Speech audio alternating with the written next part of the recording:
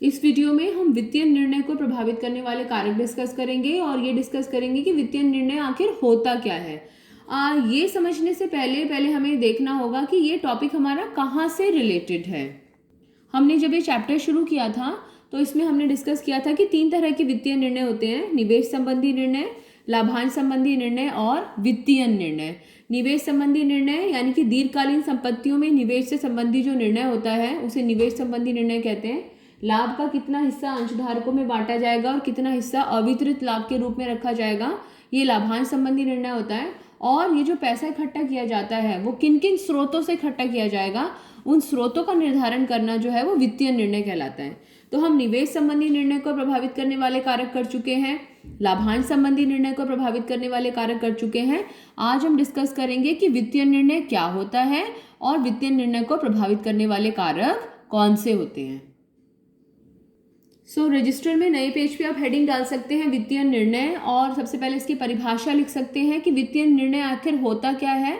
तो वित्तीय निर्णय में वित्तीय प्रबंधक यह निर्धारित करता है कि पूंजी ढांचे का कितना भाग, कितना हिस्सा स्वामित्व कोष होगा और कितना भाग जो है वो ऋण कोष होगा, कितना अपना पैसा लगाएगा व्यवसायकर्ता और कितना वो उधार का पैसा लेकर लगाएगा।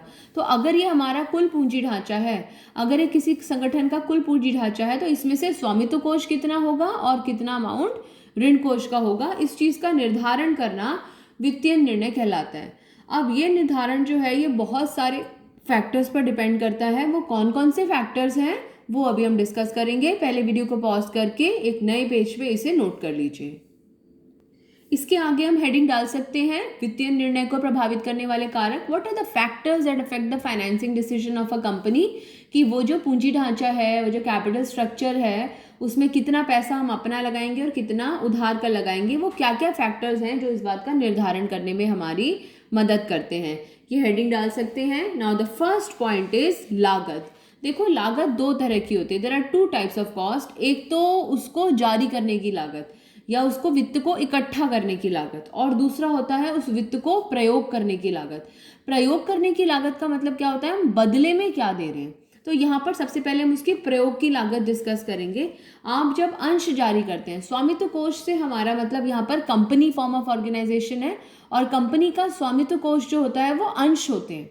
तो जब कंपनी अंश जारी करती है, शेयर्स इशू करती है, शेयर्स के बदले में कंपनी को अपने अंशधारकों को क्या देना पड़ता है, लाभांश देना पड़ता है। और अगर कंपनी किसी से ऋण लेती है, उधार लेती है, तो उस ऋण के बदले में कंपनी को क्या चुकाना पड़ता है, ब्याज चुकाना पड़ता है। तो अंशों की जो लागत होती है वो लाभांश होता है और ऋण पत्रों की जो लागत होती है वो ब्याज होता है। एक बात हम बहुत अच्छे से समझ लें, जो लाभांश होता है वो कभी भी लाभ के ऊपर भार नहीं होता, वो लाभ का समायोजन होता है। जबकि जो ऋण पत्रों पर जो ब्याज होता है वो लाभ के ऊपर भार होता है। It is a charge against profit. अब कोई भी चीज लाभ पर भार है, इस बात का मतलब क्या होता है कि अगर लाभ नहीं भी होगा उस स्थिति में भी हमें उस खर्चे का भुगतान करना ही करना पड़ेगा। तो अब यहाँ पर क्या समस्या आती है, यहाँ समस्या आती है कि कर में छूट किससे मिलती है। अब हमें पहले तो यहाँ पर एक बात लिखनी है कि लागत में हम कैसे निर्धारित करते हैं। इसे नोट कर सकते हैं कि जिस स्रोत की प्रयोग की लागत कम होती है उस स्रोत का चुनाव किया जाता है। अब प्रयोग की लागत का पता कैसे लगाया जाए। हमने कहा प्रयोग की लागत, अंशों की प्रयोग की लागत हमारी क्या होती है, लाभांश। ऋण पत्रों की प्रयोग की लागत क्या होती है, ब्याज। अब यहाँ पर लिखा है कि अंशों की प्रयोग की लागत जो है वो कम होती है, जबकि ऋण पत्रों की जो ज़्यादा होती है, और ऋण पत्रों की जो प्रयोग की लागत है वो कम होती है। इसे कैसे समझा जाए। फॉर एग्जाम्पल, एक कंपनी को 100 रुपये की इनकम हुई है। हमने यहाँ पर 2 सिचुएशंस ली हैं। एक जगह उसके पास अंश है, एक जगह उसके पास ऋण पत्र है या ऋण है। अब इस 100 रुपये पे कंपनी ने 20 रुपये का लाभांश दिया है। अब आपको एक बात बहुत अच्छे से समझनी है कि जो अंशधारक होते हैं, जब उनको लाभांश दिया जाता है तो इनकम टैक्स अथॉरिटीज़ लाभांश को कोई व्यय नहीं मानती, कोई एक्सपेंस नहीं मानती। तो वो कहते हैं ये तो तुमने अपने लोगों पर खर्च किया है, क्योंकि अंशधारक कंपनी के स्वामी है। तो अगर स्वामी अपने ऊपर ही खर्च कर रहा है तो ये कोई व्यय नहीं है, ये कंपनी के दृष्टिकोण से कोई खर्चा नहीं है, और इस वजह से कंपनी को उसकी आय में से कर में छूट नहीं मिलती। अब कर में छूट ना मिलने का मतलब क्या है, अगर कंपनी की इनकम 100 रुपये हुई थी और उसे 10% टैक्स देना है तो कंपनी को 100 का 10% यानी कि 10 रुपये टैक्स के रूप में देना ही देना पड़ेगा। यहाँ पर देखिए, अगर उसने उधार लिया था, यदि यहाँ पर कंपनी ने उधार लिया था और उसने 100 रुपये में से 20 रुपये जो है ब्याज के रूप में चुकाए, तो इनकम टैक्स अथॉरिटीज़ कहती है कि हाँ जी, अगर आप किसी को ब्याज देते हो, इंटरेस्ट देते हो, तो वो हमारी नज़रों में खर्चा है। तो उस इनकम टैक्स अथॉरिटीज़ ने आपकी इनकम निकालते समय क्या किया कि 100 रुपये आपकी इनकम थी, इसमें से 20 रुपये आपने ब्याज दे दिया, तो आपकी इनकम कितनी बची है, 80 रुपये, और इस 80 रुपये का 10% यानी कि आपको 8 रुपये टैक्स देना है। तो क्या फ़ायदा हुआ, अगर कंपनी ब्याज देती है, अगर कंपनी उधार लेती है और उसके बदले में ब्याज देती है, तो उससे कंपनी को कर में छूट मिलती है, जबकि लाभांश की सिचुएशन में कंपनी को कोई भी कर में छूट नहीं मिलती है। इसलिए अंश जो होते हैं उनको प्रयोग करना महंगा पड़ता है और ऋण पत्रों को प्रयोग करना सस्ता पड़ता है। तो इस दृष्टिकोण से अगर हम देखें तो क्या जारी करना अच्छा होगा, ऋण पत्र। सेकंड पॉइंट, प्रवर्तन लागत। हमने कहा लागत दो तरह की होती है, एक तो इस्तेमाल करने की लागत, एक उसको जारी करने की लागत। अभी हमने पीछे इस्तेमाल करने की लागत डिस्कस करी, अब हम उसको जारी करने की लागत के बारे में बात कर रहे हैं।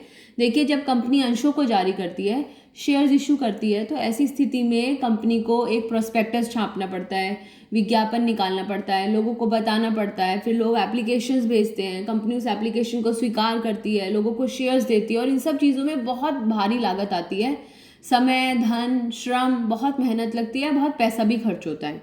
तो इसलिए अंशों को जारी करने की लागत होती है ज़्यादा। अब आपको लेना है किसी से उधार, आप बैंक के पास जाएंगे, एक फाइल बनाएंगे, कोई अपनी संपत्ति गिरवी रखेंगे और शायद 10 दिन में, 15 दिन में, 1 महीने में आपको आपका लोन, ऋण जो है वो प्राप्त हो जाता है।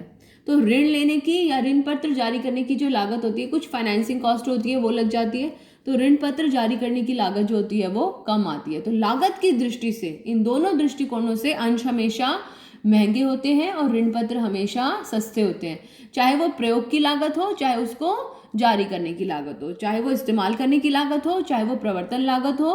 दोनों ही दृष्टिकोणों से कौन महंगा है, अंश, और सस्ता कौन है, ऋण पत्र। इसे नोट कर सकते हैं। थर्ड पॉइंट की तरफ चलते हैं। तीसरा पॉइंट है हमारा जोखिम। अब देखते हैं अंश और ऋण पत्रों में से कौन जीतता है। जोखिम का एक्सप्लेनेशन क्या है कि जिस स्रोत में जोखिम कम होगा हम उस स्रोत का चुनाव कर लेंगे। अभी हमें पहचानना है कि कौन से स्रोत में हमें जोखिम कम है, रिस्क कहाँ पर कम है। आप बताइए, अपने पैसे में जोखिम कम है या उधार के पैसे में जोखिम कम है? डेफिनेटली अपना पैसा अगर हमने लगाया हुआ है तो उसमें जोखिम कम है। क्यों? क्योंकि अगर हम कल नहीं भी चुका पाए तो भी कोई दिक्कत नहीं आएगी, लाभांश नहीं दे पा रहे तब भी कोई ऐसी बहुत बड़ी समस्या नहीं आने वाली है। लेकिन अगर उधार का पैसा नहीं चुका पा रहे हैं तो हमारी संपत्ति बिक सकती है, हमारे ऊपर केस हो सकता है, और अगर हम ब्याज नहीं दे पा रहे हैं तो ऐसी स्थिति में भी बहुत सारी समस्याएं खड़ी हो सकती है। तो अगर जोखिम के बारे में बात करें तो अंशों में हमेशा कम जोखिम होता है और ऋण पत्रों में हमेशा ज़्यादा जोखिम होता है। तो जोखिम की दृष्टि से कौन सा स्रोत अच्छा हुआ? अंश। चौथा पॉइंट, रोकड़ प्रवाह स्थिति। देखिए, वैसे तो अंश और ऋण पत्र दोनों के लिए ही हमारी रोकड़ प्रवाह स्थिति अच्छी होनी चाहिए, लेकिन दोनों में से अगर हम कंपेयर करें तो ऋण पत्रों के स्थिति में हमारी रोकड़ प्रवाह स्थिति ज़्यादा अच्छी होनी चाहिए। तो अगर हमारी रोकड़ प्रवाह स्थिति अच्छी है तो ही हम ऋण पत्र जारी करें, क्योंकि हमें ब्याज देना है। और अगर हमारी रोकड़ प्रवाह स्थिति खराब है तो हम अंशों से भी काम चला सकते हैं, क्योंकि हमें लाभांश देना है और हम लाभांश कम ज़्यादा देकर भी काम चला सकते हैं। तो अभी हमने 4 पॉइंट्स डिस्कस किए हैं, अभी आगे के पॉइंट्स अगली वीडियो में डिस्कस करते हैं। यहाँ तक नोट कर लीजिए।